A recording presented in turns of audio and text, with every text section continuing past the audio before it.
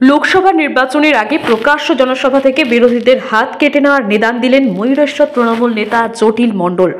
এমনই হুঙ্কার দিয়ে বিতর্কে জড়ালেন বীরভূম জেলার অন্যতম তৃণমূলের বলিষ্ঠ নেতা ময়ূরেশ্বর ২ নম্বর পঞ্চায়েত সমিতির সহসভাপতি জটিল মণ্ডল। ওই তৃণমূল নেতার বিতর্কিত মন্তব্য সোশ্যাল মিডিয়ায় ভাইরাল হতেই শোরগোল পড়েছে এলাকায়।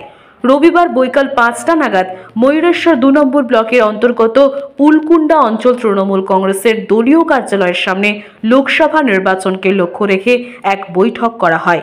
আর সেখান থেকেই অনুব্রত ঘনিষ্ঠ বীরভূম জেলার অন্যতম তৃণমূল বলিষ্ঠ নেতা ময়ূরেশ্বর ২ নম্বর পঞ্চায়েত সমিতির সহসভাপতি জটিল মণ্ডল কর্মীদের মাঝে বিস্ফোরক মন্তব্য করে বসলেন।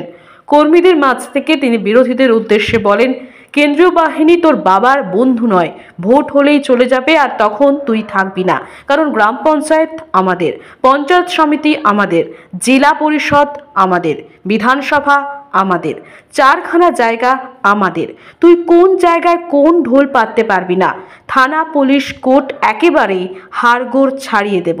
ভদ্রভাবে যা বলছি শোন, তুই ভোট দিস আর না দিস, তুই ঘর থেকে বেরোবি না। এই কথাটা এখনই বলে দিতে হবে, একটা রাউন্ড বলে দিতে হবে।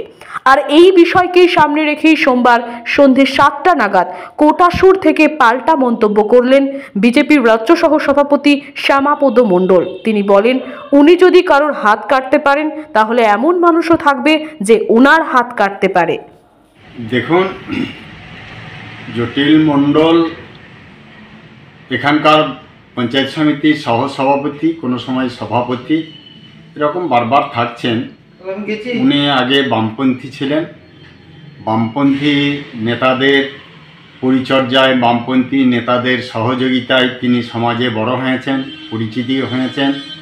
তারপর তাদের বিরুদ্ধেই উনি বিশ্বাসঘাতকতা করেছেন, করে আবার তৃণমূল কংগ্রেস এসছেন। তৃণমূল কংগ্রেসের এখানে দুটো গ্রুপ, অতএব কিছু কথা বলে ঊর্ধ্বতন দলীয় নেতৃত্বের কাছে যাতে ওর নাম, ওর মুখ যেন একটু পরিচিতি হয়, তার যেন একটু গ্রহণযোগ্যতা বাড়ে, তার জন্যে তিনি মিটিংয়ে এইসব কথা বলে বেড়াচ্ছেন। আমি বলবো, জটিলবাবুকে তো এই এলাকার জমিদারি দেয়নি, উনি একটা পঞ্চায়েত সমিতির সহসভাপতি। হয়তো 5-7টা বুথ থেকে গায়ের জোরে মানুষকে ভয় দেখিয়ে চমকিয়ে উনি জিতেছেন, আর তারপর সহসভাপতি হয়েছেন। আর তারপর যদি উনি মনে করেন আমি ময়ূরেশ্বর 2 নম্বর ব্লকের জমিদার হয়ে গেছি, তাহলে আমার মনে হয় ভদ্রলোক মূর্খের স্বর্গে বাস করছে। আমি ওনার বক্তব্য শুনলাম, উনি বললেন সেন্ট্রাল বাহিনী আসুক, সেন্ট্রাল বাহিনী চলে গেলে আমরা দেখে নেব। এর আগে গ্রামে গ্রামে কানে কানে ফুসফুস করে বলবো ভোট দিতে যাওয়া হবে না, আর দিলে বুঝতে পারবি হাতও কেটে নেব। তা আমার মনে হয় জটিলবাবুর হাত দুটোতে ইস্পাতের তৈরি নয়, ওনারও তো যেমন প্রত্যেক মানুষের হাত, ওনারও সেই রকম হাত। তাহলে উনি যদি কারোর হাত কাটতে পারেন, তাহলে এমন মানুষও থাকবে যে ওনারও হাত কাটতে পারে। অতএব এইরকম বলে এলাকায় চমকিয়ে মানুষ ভয় পাবে না, কেন এখানে ময়ূরেশ্বরের মাটি বিজেপির একটা শক্ত ঘাঁটি।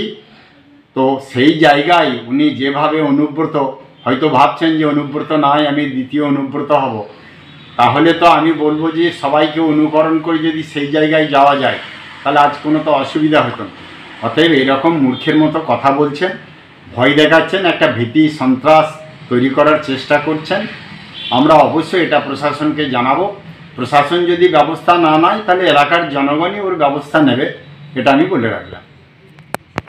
সেটা দিদির কাছ থেকে জেনে আসবো, কেটে দেবো না। হ্যাঁ, তুমি এরকম কথা বলছো, এরকম বললে হয়? তুমি তো আমাদের খেছো, আমাদের করছো, সবই আমাদের। এই যে একটা রাস্তা, এই যে আলমদা বললো ধলকার মাঠে রাস্তা, ধলকাতে অনেক বিজেপির লোক আছে, পাঠানপাড়াতে অনেক বিজেপির লোক আছে। তা সেই লোকগুলিকে ওই রাস্তাটা ব্যবহার করবে না? যাবে না, আসবে না? আজকে গ্রামে গ্রামে পানীয় জল বড় ট্যাঙ্ক হচ্ছে আপনাদের এখানে, তা সেই জলকে ওরা খাবে না?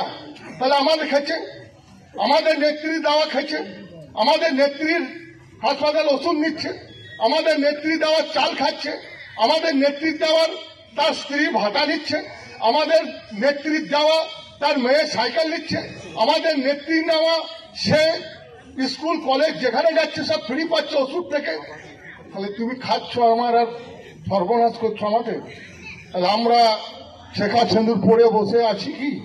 আমরা কিন্তু শেখা সিঁদুর পরে কেউ বসে নেই। আমরা কিন্তু আমাদের হাত কিন্তু শেখা নয় মা বোনদের মতো, আমাদের হাত খালি, ঘড়িও নাই। ডাং পিটা করে দিতে হবে, পিটিয়ে ভদ্রভাবে না হলে। আঙুলটা সোজা, আঙুলে ভিড় না হলে আঙুলটা একটু কেড়ে দিতে হবে, বিষপাত দিতে হবে, এই তালে দিয়ে দিতে হবে। কারণ এখন কিছু নয়, যদি করতে বেড়ে কেন্দ্র বাহিনীতে বাবার বন্ধু নয়, ভোট হলেই চলে যাবে, তখন তো বাঁচবি না। কারণ গ্রাম পঞ্চায়েত আমাদের, পঞ্চায়েত সমিতি আমাদের, জেলা পরিষদ আমাদের, বিধানসভা আমাদের, 4খানা জায়গা আমাদের। তো কোনো জায়গায় কোনো ফল পাইতে পারবি না। থানা, পুলিশ, কোর্ট একবারে হাড়গুড় ছাড়িয়ে দেবো। ভদ্রভাবে যা বলছি শোন, তুই ভোট দিস আর না দিস, তুই ঘর থেকে বেরোবি না। এই কথাটা এখনই মেনে দিতে হবে। একটা রাউন্ড বলে দিতে হবে। কানে তার গুরু যেমন মন্ত্র দেয় ফুসফুস করে, একদম ঠিক যেখানে যেমন সেইখানে ফুসফুসি মন্ত্রটা দিয়ে দেবে। বাঁচবি না যদি ভোটে এক ফোঁটা বেইমানি করেছিস তো। তোর বেরোবার দরকার নাই, তো ঘরে বসে থাকবি, ভোট দিতে যাবার দরকার নাই, ভোট দিবি না। কিন্তু আমাদের বিরুদ্ধে অপপ্রচার করবি না, আমাদের বিরুদ্ধে অপপ্রচার করবি না, তাহলে একদম হাত কেটে নেবো, একদম তোর হাত কেটে নেবো। তুই আমাদের নেতৃত্ব, তোর বইয়ের ভাতা লিখিস, তোর বাবার বার্ধক্য ভাতা লিখিস, তারা চাল খেছিস, তারা জমির টাকা লিখিস, সব লিখিস, আর ভোট উল্টো দিকে মারবি, ছেড়ে কথাই কইব না। এই হুমকি এখনই মেরে দিতে হবে 2-5 দিনের মধ্যেই। কারণ 7 তারিখের মধ্যে সেন্ট্রাল ফোর্স ঢুকবে। আমাদের দিকে হয়তো আসবে না, কিন্তু অন্য জায়গায় আসবে। ঠিক কেস করে কিচ্ছু করতে পারবে না, কেস আমরা করতেই দেবো না থানাতে, পুলিশকে। কোনো কারণে কেবল আমাদের এখানে রিপোর্টটা যেতে হবে। আলমদার সুস্থ আছে, দরকার নেই আলমদার সুস্থ হবে আরো। আমাদের কাছে খবরও দেবেন কোনো মাধ্যমে, আমরা সব যা করার করে দেবো। নিশ্চিন্তে দল করুন, বুকের ছাতি নিয়ে দল করবেন। মমতা ব্যানার্জির উন্নয়নের সাথে আছে, মমতা ব্যানার্জি আছে আপনাদের পাশে। আমরা যখন ডাকবেন তখন হচ্ছে, আমাদের কোনো মৃত্যু হয় নাই। আমি জানি যে জন্ম দিয়েছে সে, আর আল্লাহ জন্ম দিয়েছে, আল্লাহ নিতে পারে, ভগবান জন্ম দিয়েছে, ভগবান নিতে পারে, কোনো মানুষ নিতে পারবে না। আমি অনেক ভালো করে দেখেছি, তাহলে বামফ্রন্টের দিনে আমাকে মেরে দিত, কত চেষ্টা করেও পারেনি, তাহলে বেঁচে থাকবো। বামফ্রন্ট আমলে কত চেষ্টা করেছিল কাশীপতি ঘোষরা, পারেনি মারতে। তাহলে অত সহজে মরবো না, যেদিন মৃত্যু আছে সেদিন মরবো। তাহলে আমাদের কর্মীরা সবাই, যার যেদিন মৃত্যু সেই দিন মরবে, মরার ভয় কিছু নাই। আর তার জন্য আমরা আছি তো, যখন ডাকবেন তখনই আছি।